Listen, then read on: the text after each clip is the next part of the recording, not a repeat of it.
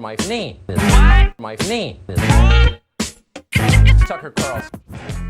So today we're discussing, as you saw from my shitty intro and the thumbnail and the title of the video, Tucker Carlson. More specifically, he made a monologue on the forest fires in California and how they are related or not to climate change. Of course, he has made some epically false statements and we just need to check this out.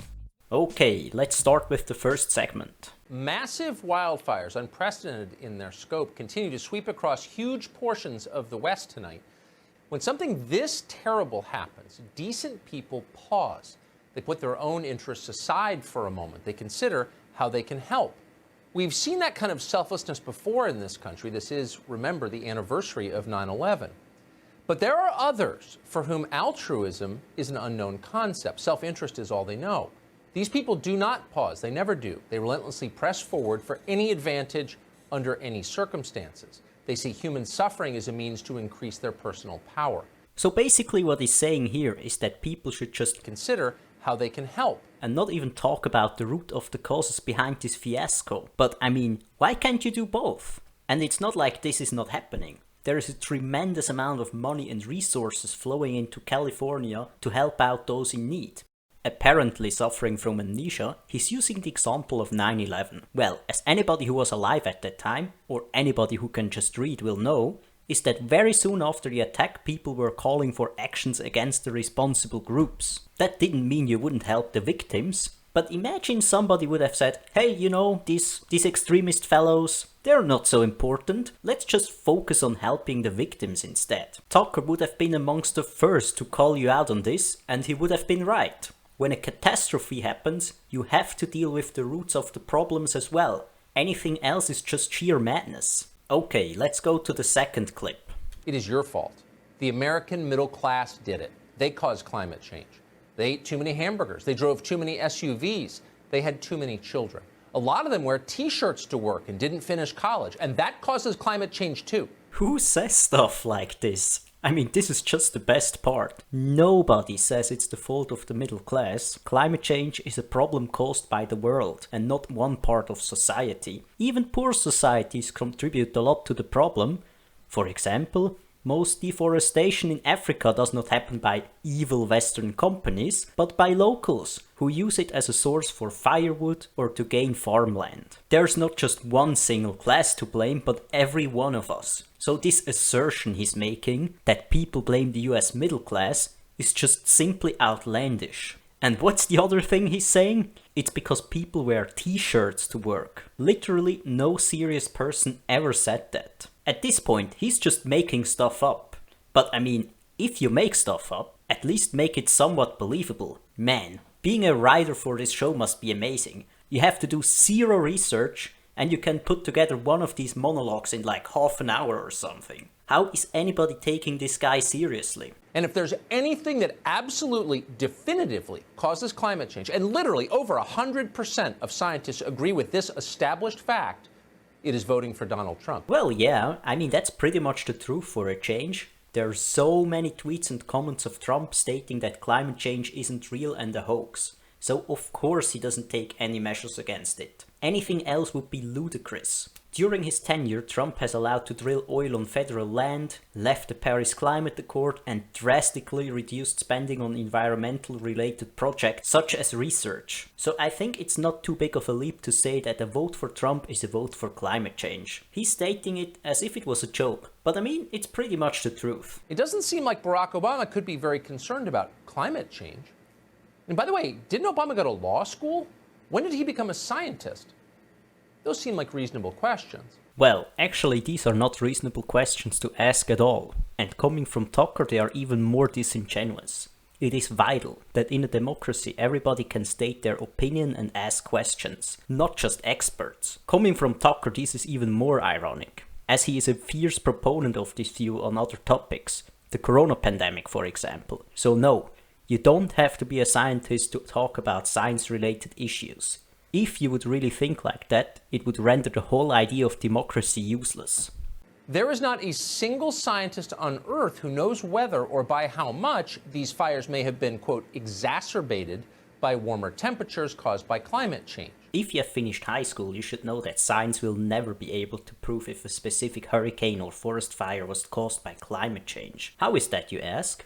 Well, we just know that climate change will drastically increase the number of extreme weather events because, well, the climate changes. Maybe at some point the new weather patterns will settle in and extreme events will become less common again, but at the very least during this time of change they increase a lot.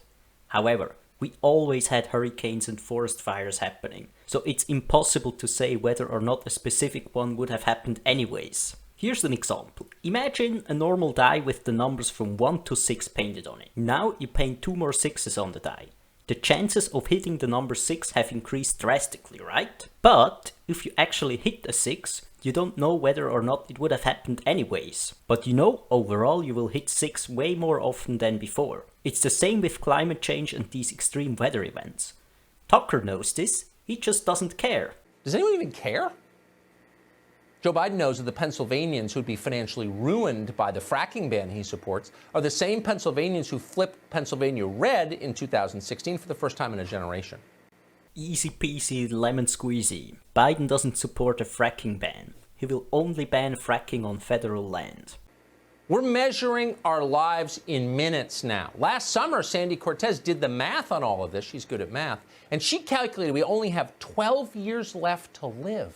Yeah, okay. I have to admit, some climate activists can be pretty annoying in how alarming they are, to the point that they are just making ridiculous statements. The truth is, people in rich countries will probably be fine. Yes, they will lose some land at the coast, but not a lot.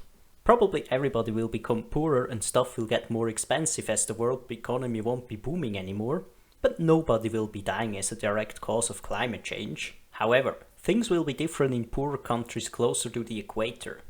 There, climate change will cause hunger, wars over water and refugee crises. A lot of these refugees will try to migrate to richer countries, and I'm sure Tucker would not want that. So actually, I'm a bit confused as to why he's so against acknowledging climate change. So are we climate change deniers if we point out that the state of California has failed to implement meaningful deforestation measures that might have dramatically slowed the spread of these wildfires? This is another easy one, as 58% of the forest land is federally owned, so it would be up to Trump and his cabinet to come up with such solutions. Only 3% is owned by the state, the rest is owned by private people, where the state has little authority to intervene. Presumably you're also a climate change denier if you point out that 6 of the Oregon National Guard's wildfire fighting helicopters aren't in Oregon anymore. Where are they, you might wonder?